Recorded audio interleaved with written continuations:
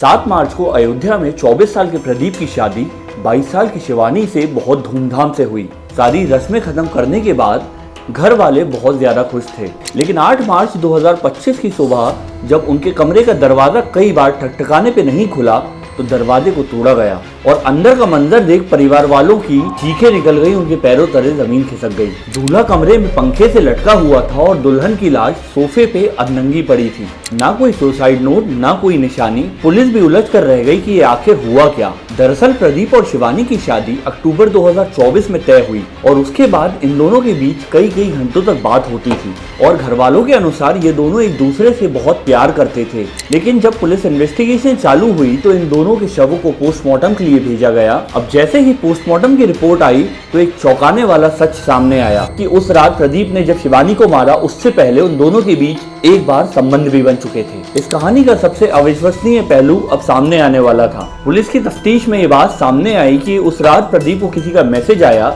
जिस मैसेज में ये लिखा हुआ था कि तुमने मुझे छोड़कर अच्छा नहीं किया, अब तुम कभी खुश नहीं रह पाओगी। और फर्दर इन्वेस्टिगेशन में ये मालूम चला कि ये मैसेज किसी और ने नहीं, प्रदीप ने ही अपने एक नंबर से दूसरे नंबर पर भेजा था। और पुलिस के अनुसार अंदेशा ये लगाया गया कि प्रदीप ने जब ये मैसेज शिवानी को दिखाया तो उसने घबराकर अपने पुराने बॉयफ्रेंड के बारे में सारी जानकारी प्रदीप को दे दी, जिसके चलते गुस्से से तमतमाया प्रदीप शिवानी को गला घोंटकर रात में मार देता है और उसके 2 घंटे बाद खुद भी पंखे से लटककर आत्महत्या को गले लगा लेता है। लेकिन घर वाले इस बात को नकारते रहे। शिवानी के घर वालों ने उसकी लाश लेने से भी मना कर दिया और कहा कि उसकी शादी हो चुकी है और अब आप ही जिम्मेदार हैं उसका अंतिम क्रियाक्रम करने के लिए। इस केस में विश्वासघात और क्रोध के घातक मिश्रण ने 2 जिंदगियां छीन ली और अब केवल एक अनसुलझी पहेली गूंजती है कि उस रात की पूरी सच्चाई क्या कभी सामने आ पाएगी। क्या वो अनकहा अनसुलझा मैसेज सच में मजाक था